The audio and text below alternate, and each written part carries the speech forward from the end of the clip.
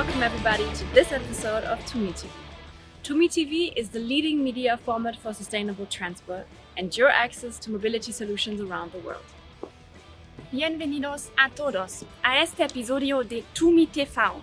TUMI TV es el mayor formato mediático para el transporte sostenible y tu acceso a las soluciones de movilidad urbana. My name is Lena. Mi nombre es Jasmin. And we will be taking you on a little trip around the world to learn about mobility developments in our cities. Y hoy los llevaré a un pequeño viaje del mundo para conocer los nuevos desarrollos de la movilidad en nuestras ciudades. The COVID-19 pandemic had a huge impact on mobility and people. Many have suffered from the consequences of the pandemic. Yet, through it all, one winner emerges: cycling. La pandemia de COVID, por supuesto, tuvo un enorme impacto en nuestras vidas y en movilidad. Muchos han sufrido de las consecuencias de la pandemia. Sin embargo, hay un ganador: el ciclismo.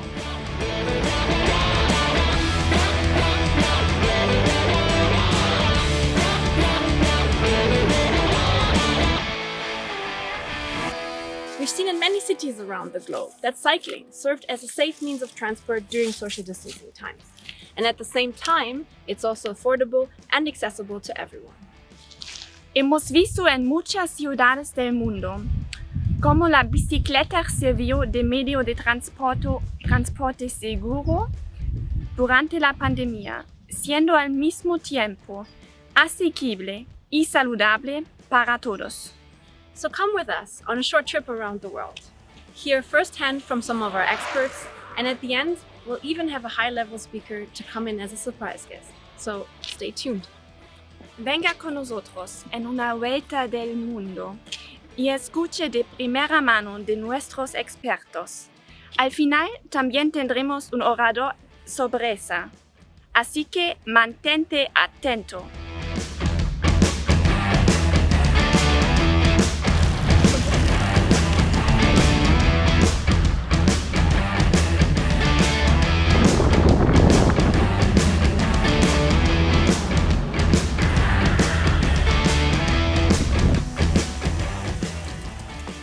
The recent success of cycling is why we're standing here today in the south of Frankfurt on one of the bicycle superhighways. El éxito de la bicicleta es la razón por la que estamos aquí, en esta superautopista de la bicicleta en el sur de Frankfurt. However, this episode is not only about cycling highways. We're going to be talking about a lot of different infrastructure measures to support cycling. One very hot topic in this area are the so-called pop-up bike lanes, which we've seen sprung up around the world in order to address the COVID-19 pandemic. Pero este episodio no es solo sobre autopistas de ciclismo, sino también sobre la variedad de infraestructura ciclista que vemos ocurriendo en más y más ciudades. Un tema muy candente son las ciclovías emergentes que han surgido en ciudades de todo el mundo, como una forma de resolver la tensión de los sistemas de transporte público debido a la pandemia. Let's have a look at some of these makeshift measures and let's see how we can make them permanent to improve mobility in our cities. Vamos a ver algunos ejemplos y discutamos cómo pueden convertirse en adiciones permanentes para que las ciudades sean accesibles por el medio de la movilidad activa.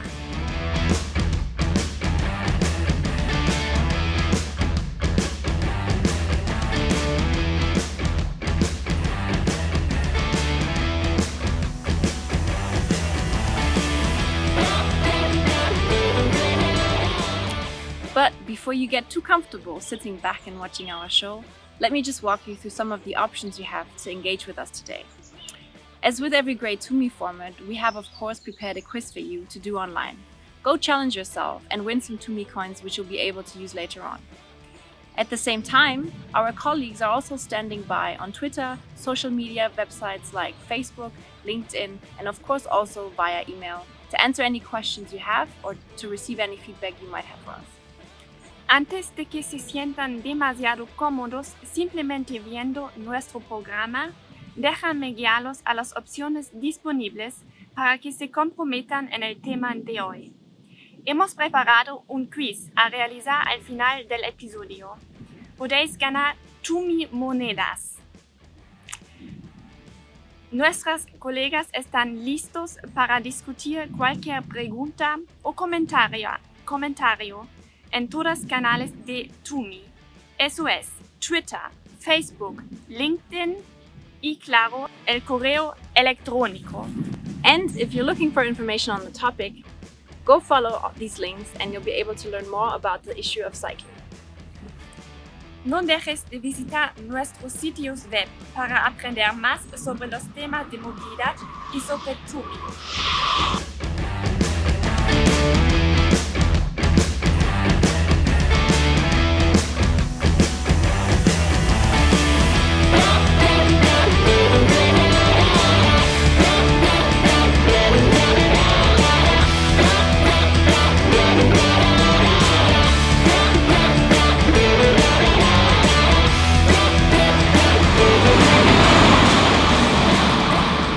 We're now moving to one of the pioneer cities right here in Germany.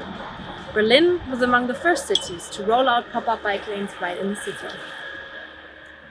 Ahora vamos a una ciudad pionera, aquí mismo en Alemania. Berlín fue una de las primeras ciudades que se centró en aumentar la existencia de ciclovías emergentes. 6 months ago, we were already in Berlin talking to Mr. Weisbrich about his efforts of making safer cycling infrastructure for the city of Berlin.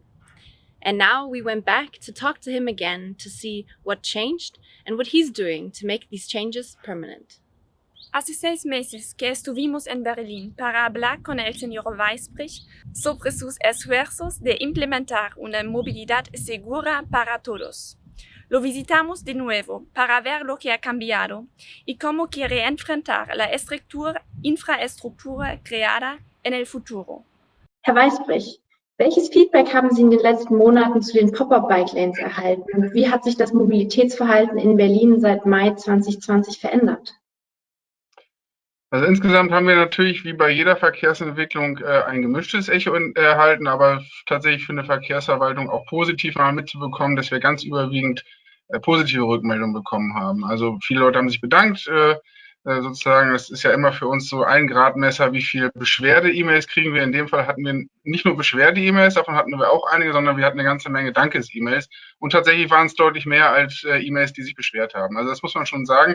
Natürlich hatten wir das nächste Feedback, dass die Verbände, ich sag mal, rollengerecht agiert haben. Die einen haben sich bedankt, die anderen, insbesondere der ADAC, hat sich beschwert, dass wir damit Staus produzieren würden und ähnliches. Das ist nun klar zu widerlegen, gehe ich gleich noch kurz drauf ein. Und das dritte Echo, was wir hatten, war ein rechtliches. Unsere Pop-up-Bike-Lanes, 8 davon wurden beklagt von der AfD hier, einem Abgeordneten im Abgeordnetenhaus, der sich in seiner freien Bewegungsrecht im Stadtgebiet mit dem Auto bedrängt gesehen hat dagegen geklagt, hat im ersten Spruch vor der 11. Kammer des Verwaltungsgerichts auch erstmal summarisch zumindest Recht bekommen. Wir haben dann dagegen Beschwerde zusammen mit dem Senat eingelegt und im Oberverwaltungsgericht auch wiederum in der vorläufigen Rechtsprüfung ist dann die Entscheidung gekommen, nein, die Radwege dürfen stehen bleiben. Und wir diskutieren jetzt über die Hauptsache. Das heißt, ich sag mal, durch die Anwohner in Berlin, durch Verbände und auch vor Gericht haben die Pop-up-Bike-Lanes ein Echo erhalten. Es ist immer gemischt, das ist bei Verkehrsfragen so, aber im Endeffekt positiv und erfolgreich. Das ist das eine Echo, was wir hatten. Das zweite sind die Effekte, die wir ausgelöst haben. Wir können sagen, dass wir rund 26-27% Radverkehrszunahme in Berlin insgesamt haben.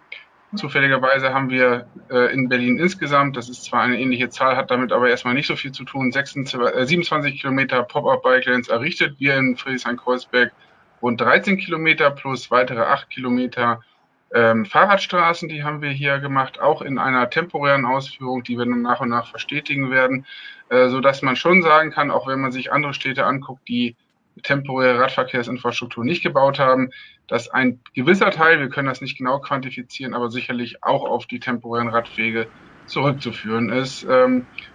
Das ist so, der eine Effekt ist, dass sich viele Leute jetzt auf die Radwege trauen, die vorher vielleicht zu gefährlich waren, weil sie ja getrennt sind von dem restlichen Verkehrssystem. also von den Autos, sodass ein sicheres Fahren auf der Fahrbahn, ein sichereres möglich ist. Und der andere Effekt ist sicherlich auch, dass sozusagen in der Verkehrsmittelwahl ja auch viele psychologische Faktoren eine Rolle spielen. Und angesichts der, wie ich gesagt habe, positiven Rückmeldungen würde ich schon behaupten, dass für eine Verkehrsmittelwahl pro Rad auch spricht, wenn wahrgenommen wird, dass eine kommunale Verwaltung wie wir sich für diesen Verkehrsträger aktiv durch Ausweisung von Infrastruktur einsetzen. Das ist quasi dann so, Mensch, jetzt nutze ich doch mal diese Radwege. Es hat auch sowas von Interesse und Mensch, da will ich mal hinfahren und so. Das haben wir sehr viel so mitbekommen. Das heißt auch so eine Art von, okay, beim Hype will ich dabei sein und mal gucken, was die da für Radwege eingerichtet haben. Das ist vielleicht für viele auch ein Argument, aufs Rad dann umzusteigen. Und wie ist der derzeitige Stand der Pop-up-Bike-Lane-Entwicklung in Berlin? Sie sagten 13 Kilometer allein nur bei Ihnen. Gibt es da schon Zuwächse auch oder bleibt es erstmal bei den 27 Kilometern allgemein? Und wie weit sind auch die Planungen zur Verstetigung des Ganzen, also zu permanenten Fahrradwegen? Ja, das zweierlei. Wir werden noch ein paar Pop-up-Bike-Lanes machen. In 2 Straßenzügen werden wir weitere temporäre Radverkehrsanlagen installieren. Anfang nächsten Jahres, und eigentlich hatten wir es uns bis Ende dieses Jahres vorgenommen, aber da gibt es dann so ein paar logistische Probleme. Also wir werden Ende dieses Jahres bis Anfang nächsten Jahres dann alle Pop-up-Bike-Lanes verstetigen, und das heißt, dass wir dann dauerhafte Protektionselemente anbringen. Und wir haben uns dafür ein Modell entschieden, was aus Mexiko kommt, was die Protektionselemente anbelangt, also die physische Trennung des Radweges vom Autoverkehr. Das hat uns am meisten überzeugt. Wir haben im Sommer dieses Jahres haben wir dann am Hallischen Ufer, einen der temporären Radwege, haben wir dann diese unterschiedlichen Protektionselemente, also Poller, Schwellen und ähnliches ausprobiert. Uns am meisten überzeugt und auch die Rückmeldung, die wir von Fahrradfahrenden insbesondere bekommen haben, hat das Modell aus Mexiko. Das haben wir bestellt, und naja, es dauert halt ein bisschen länger, bis es dann da ist. Ne? So, aber wir haben die jetzt eingekauft und freuen uns eigentlich auf eine schöne internationale Zusammenarbeit dann auch hier in dieser Pandemie. Und wenn ich da so nachfragen darf, was zeichnet dieses Modell aus? Warum sagen Sie, ist es besonders gut geeignet? Weil es A, robust ist, das ist schon wichtig, und B, es ist gutes Design, aber C, und das ist das Wichtigste, zuletzt genannt, ist es so, dass es fehlerverzeihend ist für Radfahrende. Es ist eben kein Poller, gegen den ich gegenfahren kann, sondern es ist ein auf dem Boden befindliches längeres Element, 1,80 Meter lang, 30 Zentimeter bis knapp 40 Zentimeter breit. Und es hat auf der Seite zum Radfahrstreifen hat es eine Anschrägung.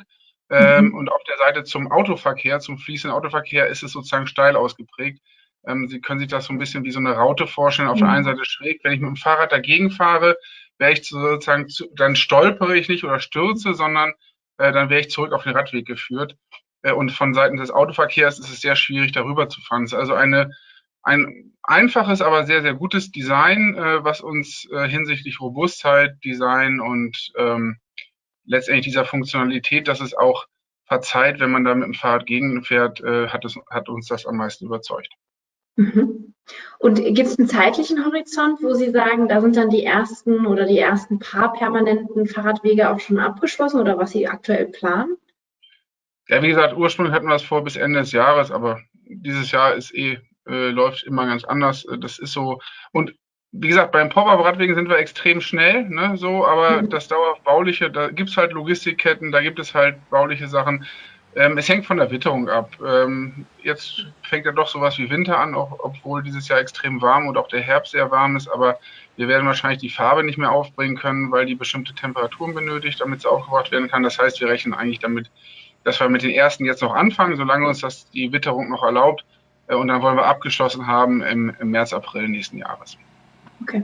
Alle. Und zwar dann alle temporären Radwege, die wir gebaut haben. Unsere 12 Kilometer hier im Bezirk, 13 Kilometer, die wollen wir dann dauerhaft verstetigt haben, und auch die Fahrradstraßen, die wir errichtet haben, also im Nebennetz errichtete Fahrradstraßen, die wollen wir dann auch dauerhaft baulich umgesetzt haben. Dann wissen wir, wann wir auf alle Fälle mit Fahrrädern für das nächste Interview oder die Aufnahmen nach Berlin kommen. Genau. Um das nämlich festzuhalten. Abschließend würde ich Sie gerne noch fragen, Sie hatten auch in unserem letzten Gespräch erwähnt, dass gerade auch die Verwaltungshaltung bei solchen Projekten extrem relevant ist. Und da wollte ich Sie fragen, gerade vor dem Hintergrund dieses auch schwierigen Jahres vieler unvorhergesehener Entwicklungen, was ist für Sie kennzeichnend für agiles Verwaltungsverhalten? Also was hat Ihnen wirklich da geholfen im Haus an Verhalten oder Maßnahmen auch unter den Kollegen, dass Sie sagen, das war wichtig, damit auch Dinge umgesetzt werden konnten? Ja, also erstmal muss Verwaltung verstehen, dass die Anforderung, dass wir selbst verantwortlich sind für das, was wir tun. Wir sind verantwortlich für die Verkehrssicherheit im öffentlichen Straßenverkehr als Straßenverkehrsbehörde. Und wenn das wirklich ankommt, dann ist das schon erstmal eine große Verpflichtung, die auch zum Handeln drängt. Das ist das Erste. Das Zweite ist, dass man dann nicht nur sagt, wir fordern und wir müssen machen, sondern ich habe mich sehr dafür eingesetzt, dass wir in unserer Behörde eine neue Struktur bekommen. Die habe ich selbst eingeführt und ich habe ein paar mehr Leute bekommen.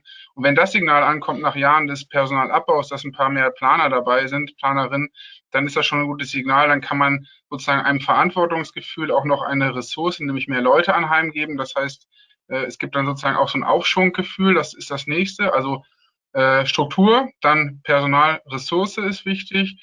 Das Dritte ist, dass man sich dann traut, Dinge unter dem genannten Handlungsdruck für mehr Verkehrssicherheit einfach mal auszuprobieren. Das ist ganz wichtig. Planung und planerische Prozesse haben häufig einen sehr langen Vorlauf. Und gerade die Tugend, einfach mal ein Experiment zu starten, einfach mal etwas zu testen. Wir kennen diese Möglichkeit des Verkehrsversuchs auch nach dem deutschen Verkehrsrecht. Das ist ein bisschen neu für viele, das muss man aber üben. Der Test hat ganz viele wunderbare positive Effekte. Gerade in der temporären Umsetzung sind wir in der Lage, die Dinge auf Praxistauglichkeit zu testen. Das ist ganz wunderbar. Und dann muss man auch in der Lage sein, sozusagen in so einem Testverfahren das eine oder andere nochmal zu ändern. Die Möglichkeiten gibt es dann ja, weil wir die mit den temporären Mitteln sehr leicht Dinge verändern können.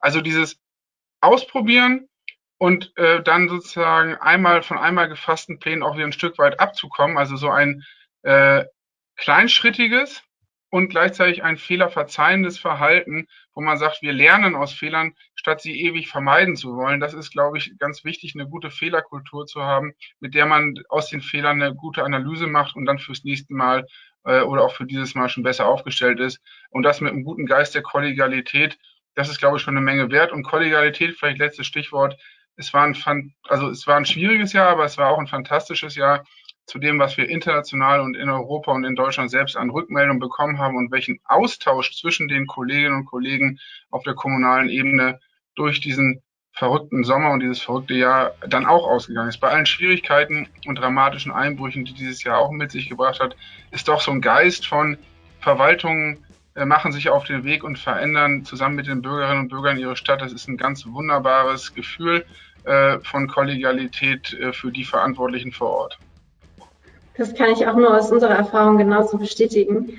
Ganz herzlichen Dank, Herr Weisbrich. Es ist schön, wieder mit Ihnen geredet zu haben und ein Update einzuholen. Und ich hoffe, wir sehen uns dann im Frühjahr auf den permanenten Bike Lanes in Berlin. Das hoffe ich auch sehr. Vielen Dank. Dahin.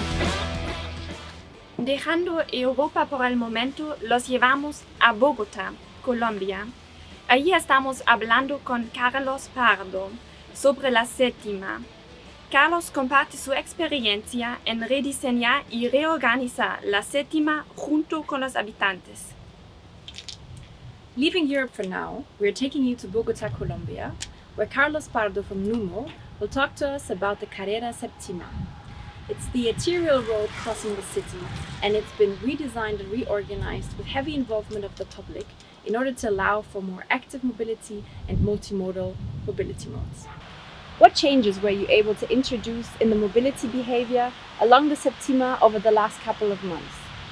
Before the pandemic, there was already a concern from many sectors of society around Séptima, specifically related around the importance of improving the corridor, because it is a very important historical corridor in the city, and it has had 7 different projects trying to improve in the past 10 months or so.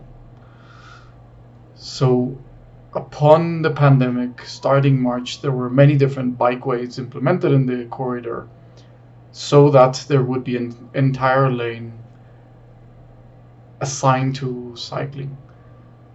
it was a full lane for cars, so then it was turned into a two-way bikeway. And this made it much better, much safer for people cycling.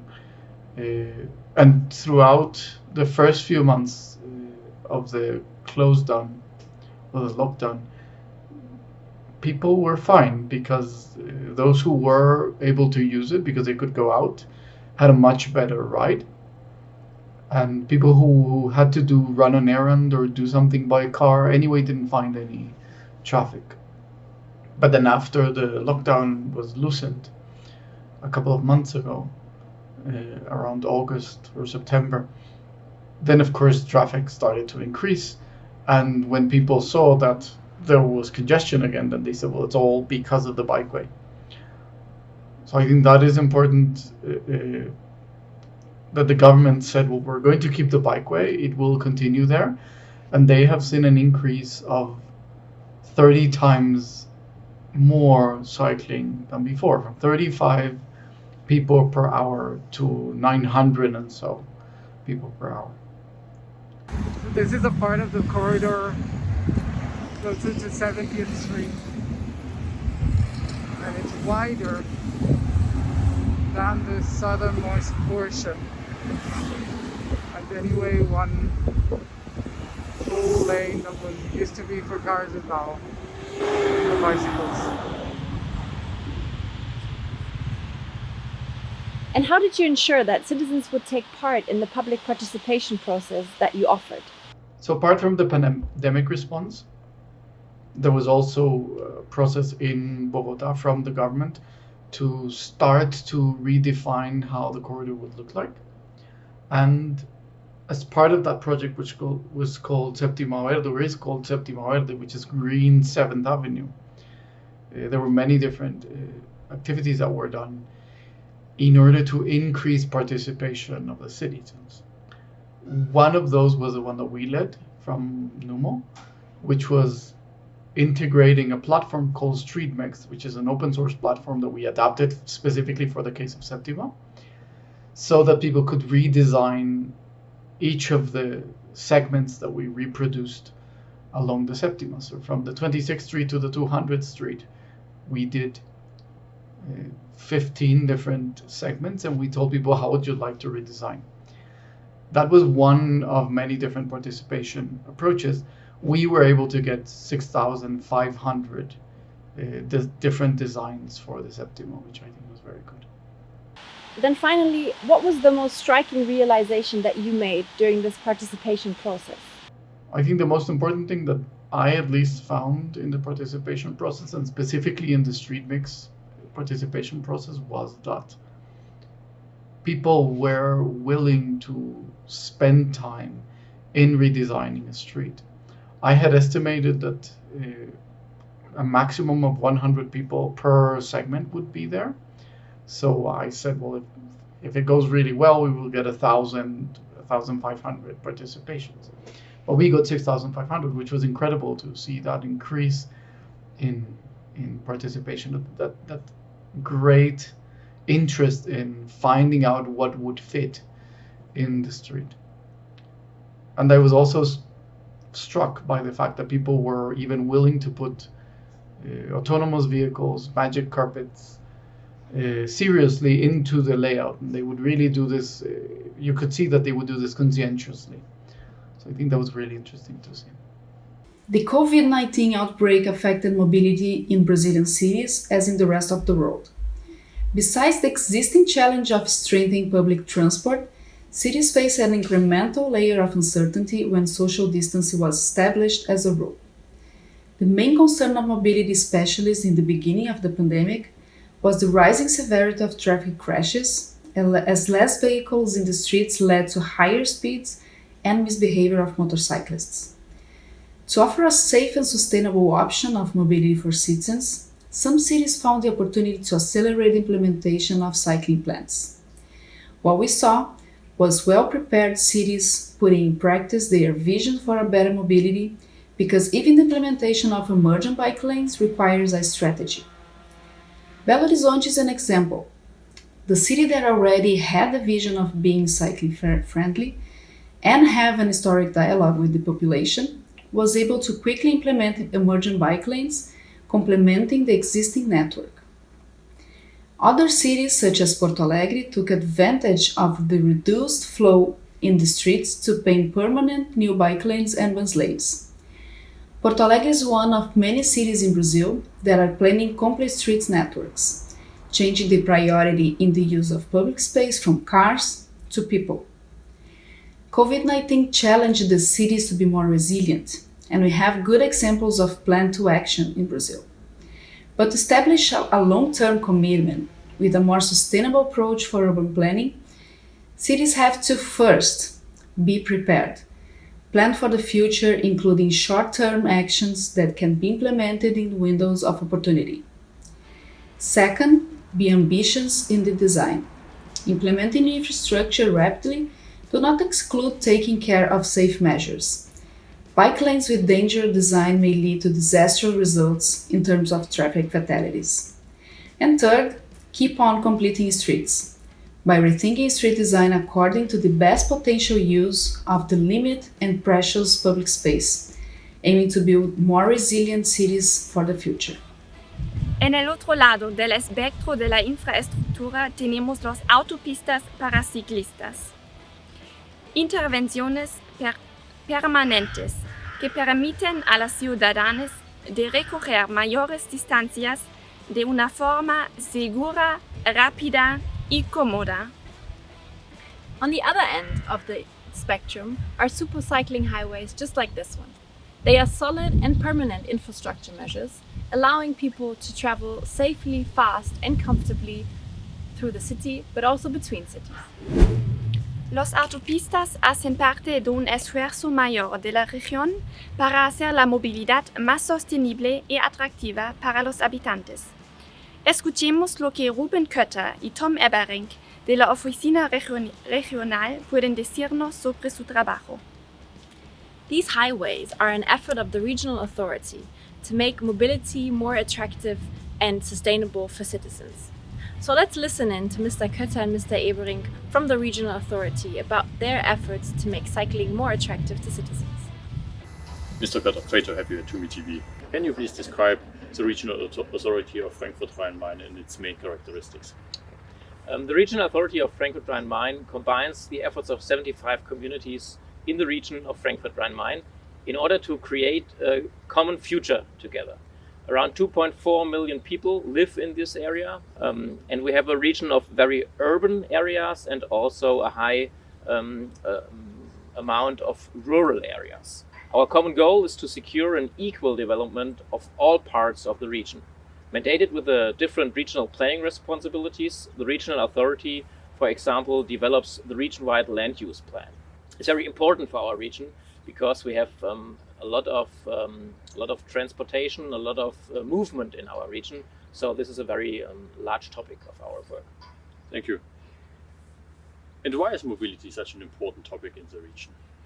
Well, the region of Frankfurt Rhein-Main has a large center, that is Frankfurt, but we also have a lot of cities around Frankfurt. We do not have just one place for living and one place for working and one place to be. So we do not have just one place where you can work, one place where you can live, where you can go to culture or shopping or anything else.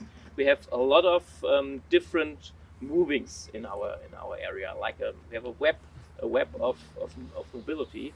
We have one of the largest airports in Europe. We have a very large main station with more than 500,000 users every day. We have a lot of railways. We have a lot of highways, and so we are a region with a lot of mobility. And it's our effort to create a mobility that there are no traffic jams, that there is enough place in our trains, in our buses, and that's a very big challenge. And we want to achieve that goal together with our communities. The vision of our master plan of mobility bases on three key postulations. It's mobility for all, we want to avoid unnecessary traffic, and we want to shape the necessary mobility. This all combines in the general motto of the plan: we want quality of movement. The major target is to make mobility available for everyone. Every person living or entering the region should have access to mobility services. That is why the regional authorities started to develop a master plan mobility that integrates the demands of the region for mobility and also aims at the overall goal: all inhabitants of the region must have access to at least one mobility service within 5 minutes walk. The plan also contains measures to raise the percentages of the model split in the fields of cycling, walking, and public transport, but also contains solutions to improve goals for logistics and parcel transports, as well as mobility management for all companies. Concerning cycling, what are your efforts to promote cycling in the region of Frankfurt-Rhein-Main? Well, the regional authority hosts the Regional Bike Council every 6 months with all important bike actors of the region.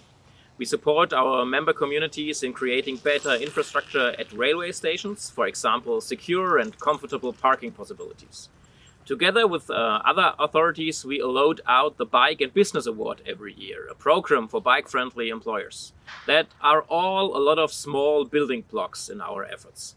But the biggest project is the Cycling Offensive, which was launched in 2019, which includes major efforts to improve and further develop the regional cycling network. First of all, the network of regional cycling routes is to be fixed, meaning that gaps which exist all over the region are to be fixed. This network will serve as the backbone for regional cycling. Certain corridors of this network are of high importance, for example, for commuting to Frankfurt. Their high standard cycling routes will be integrated, so-called cycling highways. Extra wide cycling tracks with optimized pavement and infrastructure like litter boxes and service stations. But also right of way at intersections with roads. The goal is to minimize factors that prevent people from commuting middle distances up to 15 km per way by bike. Mr. Ebberink, great to have you here. Thank you very much. TUMI TV. Why cycling highways? Well, cycling highways will be one key for mobility in the future. The growing significance of cycling itself in German everyday mobility and also the rising popularity of e-bikes create a demand for high standard bicycle paths which are not interrupted every 200 meter by intersections, pedestrian crossings or else, and encourage cyclists to ride the extra mile. A cycle highway is a mobility product that provides a high quality functional cycling connection. As a backbone of a cycling network, it connects cities and suburbs, residential areas and major workplaces, and it satisfies its potential users. Idea is to create a serious alternative for commuters in the daily car ride. Examples in the Netherlands and Denmark show that these ideas work out when properly implemented. The Frankfurt-Rhein-Main region is not the first region in Germany to start developing such tracks, which demonstrates that it's not an exotic idea, but rather common considerations which more and more regions will realize over the next years. Can you describe the network and its characteristics? Yes. Basically, the network focuses on the city of Frankfurt, which is the main center in the middle of the region. How can people get connected to the city center for commuting, for leisure or anything else? However, we have one track that goes tangential south of Frankfurt to the airport, which is then not directly connected to the city center. How are you planning the highways? Who do you cooperate with? Well, we cooperate with the state of Hesse and we cooperate with the regional municipalities. The state of Hesse has conducted a potential analysis for cycling highways in 2018, which clearly defined corridors with high potential for high standard cycling highways. Communities within these corridors could express interest together in developing a cycling highway.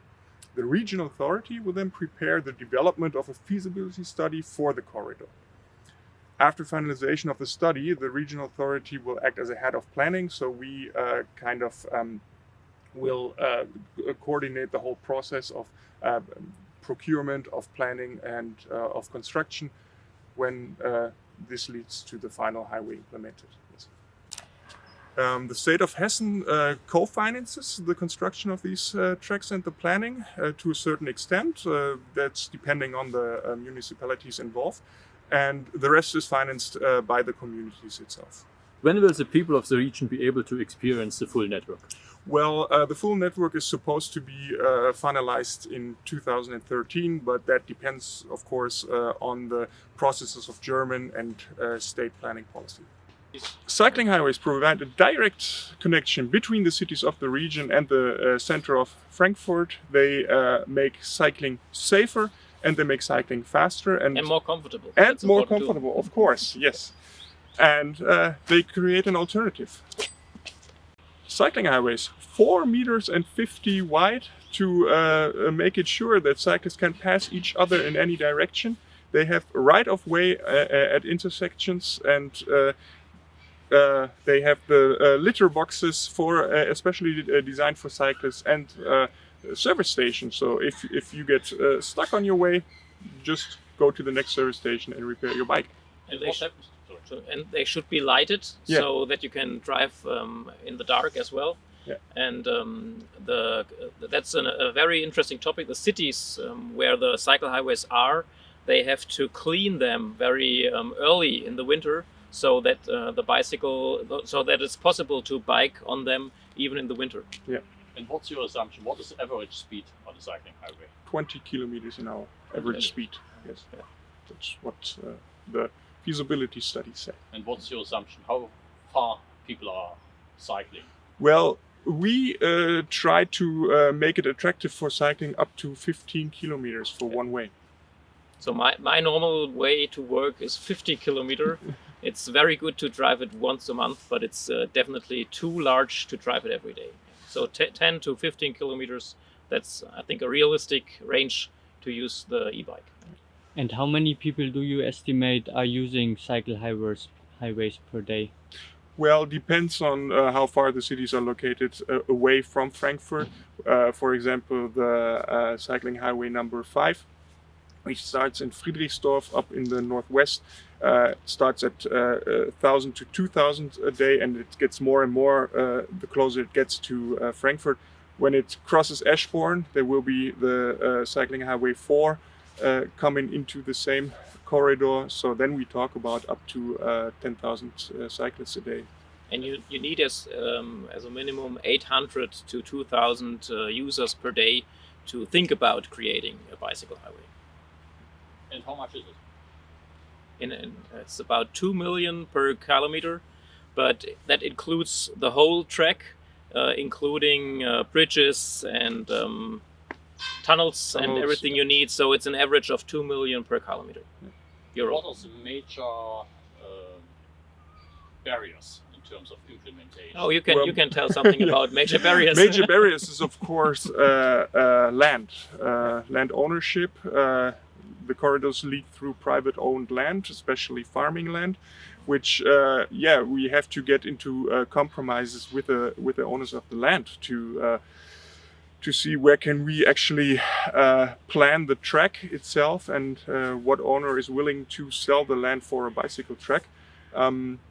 Because we have a variety of demands for land in the region, of spare land in the region as well. TUMI está apoyando el ciclismo en varias de nuestras ciudades asociadas, por ejemplo en Hoi An. En Hoi An, el proyecto TUMI permitió a la ciudad desplegar sistemas para el uso compartido de bicicletas. Of course, TUMI also supports cycling projects in various cities. The TUMI Challenge project in Hoi An, for example, allowed the city to roll out bike-sharing systems for their residents and of course also for tourists. Xin chào quý vị và các bạn đến xem TUMI TV. Welcome to TUMI TV.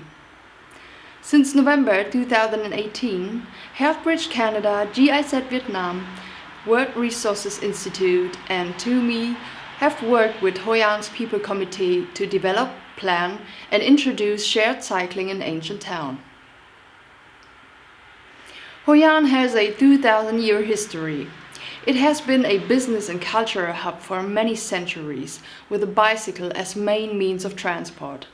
Now the culture of cycling has been shifted to motorbikes and cars, resulting in congested roads and an increasing level of air pollution. The TUMI Challenge pilot project focused on piloting cycling infrastructure and establishing the bike-sharing program to foster shared cycling mobility as a viable transport solution. To gather ideas and generate awareness, the project hosted the events for World Bike Day and EU Diplomacy Week.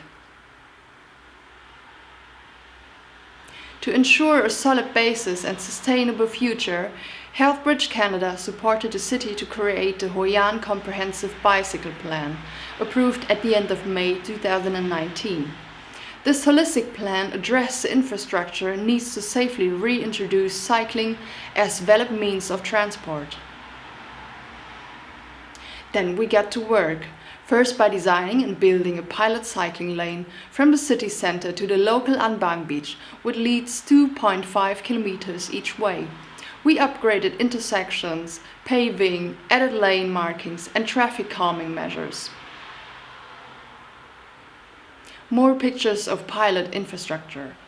The national regulations and design guidelines of Vietnam don't allow yet to install protected bike lanes or similar infrastructure at the moment, but we are supporting the national government to change that. The next part of the plan was to get shared bikes to Hoi An.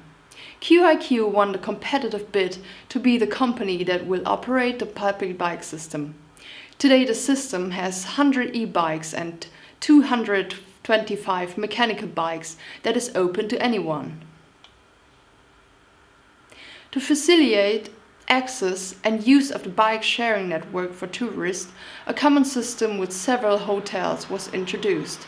This allows guests of Hoi An to use any of the bikes around the ancient city. Then COVID-19 hit, and it all changed. No more tourists, no more vendors.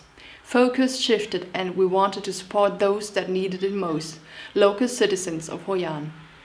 During the most severe months COVID pandemic till July, QIQ offered the free transport for all local citizens. To allow them to make their central travel without the risk of infection, cycling has now become the go-to for many.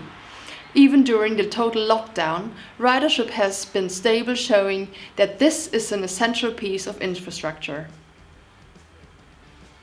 Cycling should be available and safe to every man, woman and child. Ahora nos vamos a Ucrania, donde nuestro proyecto de TUMI apoya una infraestructura segura para caminar y andar en bicicleta para los niños de la escuela. We're now going to the city of Zhytomyr in Ukraine, where the TUMI Challenge project supports the city in implementing safe walking and cycling infrastructure for school children. The Better for All in Zhytomyr means safer infrastructure to walk and cycle to school. Get to School Sustainably is an infrastructure and capacity development project aiming to shift modal split at Zhytomyr's public schools from motorized towards sustainable modes of transport. The pilot aims at reconstructing the sidewalks near the school and the installation of safe crosswalks. Furthermore, bike racks will be installed and guidelines and instructions for cycling to school will be developed.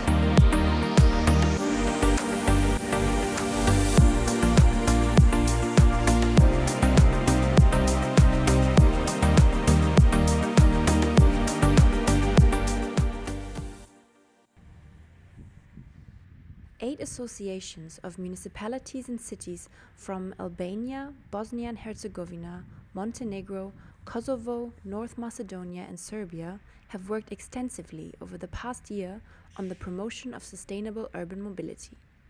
Their work is supported by the ORF EE's regional project Sustainable Urban Mobility in southeastern European countries. Among many other activities, the project supports the development of cycling. For example, it helped installing sheltered bicycle racks at various locations in Sarajevo. The bicycle racks provide secure and adequate parking for bicycles near various institutions, businesses, as well as other employment and retail opportunities. In Skopje, the project has introduced bicycle racks in front of the Ministry of Labour and Social Policy. This improved mobility offers available to members of the public administration as well as citizens using public services. Working jointly with the city of Skopje, national institutions, civil society organization and students, the project has developed the so-called Velostadt, a cycling square in the city's main transport center where local and regional public transport offers are available. Pioneering multimodal transport in the country even attracted the interest of the European Union to co-finance the initiative. In the last years and months, Tirana, the capital of Albania, has visibly invested in improving public transport as well as walking and cycling infrastructure with many positive results. This momentum of progressive urban mobility policy must be maintained and strengthened in the future to transform Tirana towards an even more enjoyable and sustainable city in Europe. Through funding of the German Federal Ministry for Economic Cooperation and Development, BMZ, and in the context of TUMI, GIZ will support the municipality of Tirana in strengthening and digitalizing data-based mobility planning, improving the quality of the bus system with a stronger focus on customer prioritization, and further improving walking and cycling interventions in the city.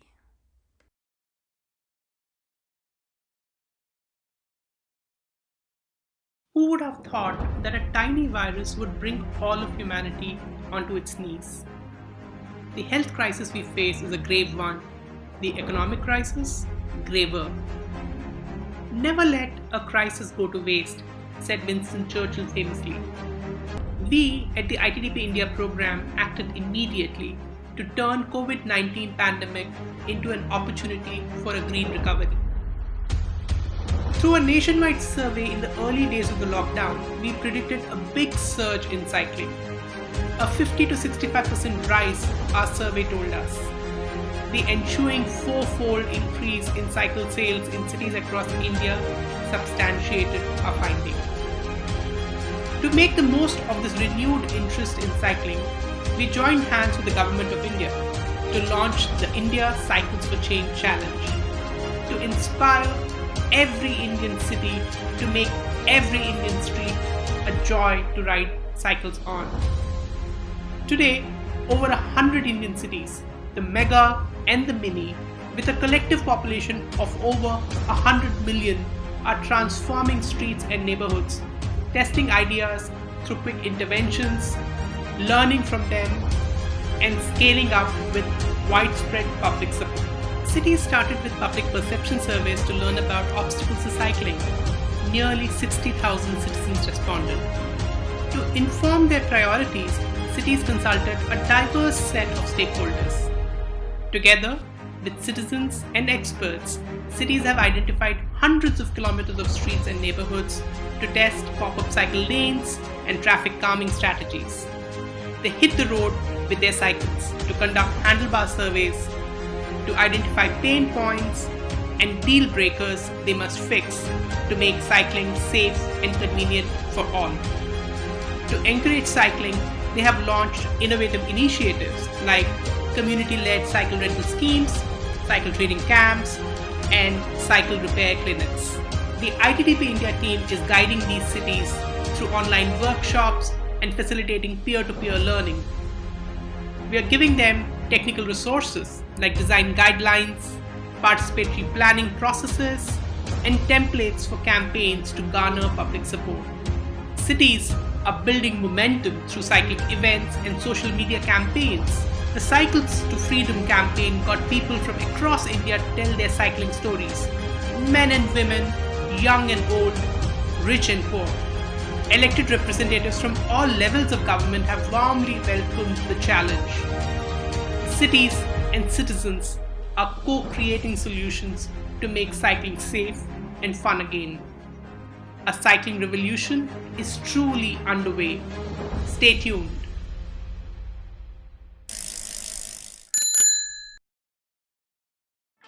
Esperamos que este pequeño viaje del mundo te haya dejado animado y motivado para subirte en una bicicleta o para trabajar por una movilidad más activa en tu ciudad. We hope that this little tour around the world has motivated you to jump on a bike or to start working towards more active mobility in your own city. Para terminar este episodio, estamos emocionados de entregarles a nuestro orador sorpresa. ¿Listos a ver quién es? To wrap up this episode, we're now handing you over to our surprise speaker. Ready to see who it is? Hi, Areli. Thank you so much for being with us today. It's great to get your inside perspective on Mexico. Tell us a bit about the new constitutional right for mobility in Mexico and what it's all about. This is a reform of our national constitution that presents the right to a safe, efficient, sustainable, accessible, and just and equitable mobility in Mexico as a right. It is in our 4th article of the first guarantees that our constitution gives to all Mexican population. And this is a breakthrough for both the sustainable mobility movement in Mexico, as well as the transformation of urban cities in Mexico. So it is a very important step to move forward the conversation out of the political will and the electoral discussion on whether we need or we want these changes to happen in Mexican cities to something that must be done, that can be reclaimed by the people, and all authorities are obliged to observe. So it's a real breakthrough in Mexico City for this discussion. And when you say it's very important in order to increase safety on the roads in cities, why is it so crucial that this law is passed and that it gives you the grounds for really change something? Why is it so important? First, it's not this reform is not only about recognizing the right to mobility, but also to give the senators and the deputies in Mexico the obligation to pass a law on mobility and road safety. So it's something that must be done within the next 6 months. No, by constitutional, we need to do this, and that will urge and oblige everyone in Mexico to have a national law, a general law that will provide every government, both the federal, the state, and the municipal governments, to act upon road safety from now on. So it's a real major thing because we never had such a thing. We never had a law concerning mobility, and we never had a law before concerning road safety. So now it's something that we will have a national legislation that will move forward the steps that we need to take nationally to really being able to go to work and to obtain the results that we want, to really cut down to the 50% of the deaths that are occurring in Mexico right now. Wow, and I think it's not only the first time for Mexico, I think it's the first time you're actually setting a precedent. So it's a groundbreaking development, which is why it's very interesting for us to hear about this development. And I'm wondering, because I know you're very involved with the movement of road safety, particularly for cyclists. So in your opinion, based on this constitutional right and the laws that are to come, what are the practical steps that cities then have to take to really make roads safer for cyclists and pedestrians, so especially the vulnerable participants in urban mobility? I think not only in Mexico, but for what I know from my colleagues throughout the Latin American spectrum and cyclist movement, but as well as the network of bike mayors in the world, that we are not used to give way. No, we are used to think that cars have the right to go, that streets are made for cars, and that cars have the right to go fast. And there's a lot of ideas that we have a century of mobility centered on cars, and we have to change that culture. That 100 years of idea that the cars were the only ones entitled to space and to be on our streets, and we need to change that idea. So it's going to be a great effort, because you don't change the habits of a full population of the world in some years, no? After 100 years of propaganda and these habits that we have throughout the world. But yeah, we need to change the laws to begin with. Then we need to change the way we create streets. We need to give way to pedestrians, to cyclists, to organize free space, exclusive space for transit. And we need, to redo. Basically, we need to redo our cities. No, and it's not only Mexico, but everywhere. We need to do this in order to have safe space for everyone.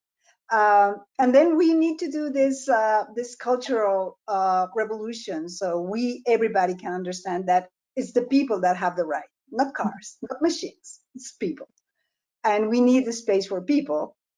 Because this is safer, this is healthier, this is more sustainable, and we need it now. We need, this space for the people so we can cope with COVID, but also because we need to be active in our lives, because we want to access, we need to have a space for everyone with an equitable, with equity. I mean, everybody needs to be able to go out to wherever they want to go safely and autonomously. So it's going to take a lot of steps, investment and decision making and cultural battles, I would say, cultural work for everybody to understand this. But hopefully we will very quickly realize that we need to do this, that this is happening, and eventually we will have cities for everyone. It's really an impressive development, and we're very excited to follow up on what's happening on the ground now. So hopefully we'll get to pick your brain and your experience soon again and get some updates from Mexico. Thank you so much for today, Areli. Thanks for joining us and sharing your view on the new rights for mobility in Mexico. Very good to talk to you. Thank you. Llegamos al final de este episodio, pero antes de terminar, nos queremos que te dediques de nuevo. Nos encantaría recibir vídeos de tu ciudad. Las películas más creativas se televisaremos en el programa de TUMI TV y te invitamos a una charla en vivo con nosotros. Así que espero sus contribuciones. Mantente sano, mantente activo. Nos vemos de nuevo en el próximo episodio de TUMI TV. We've come to the end of this episode, but before we wrap up, in good old TUMI fashion, we want you to participate again. So send us your cool videos about cycling in your city. We want to see what you're doing on the ground, and the most creative videos will be shown right here on TUMI TV, and we'll even invite you for a live chat with us. So until then, stay safe and stay active.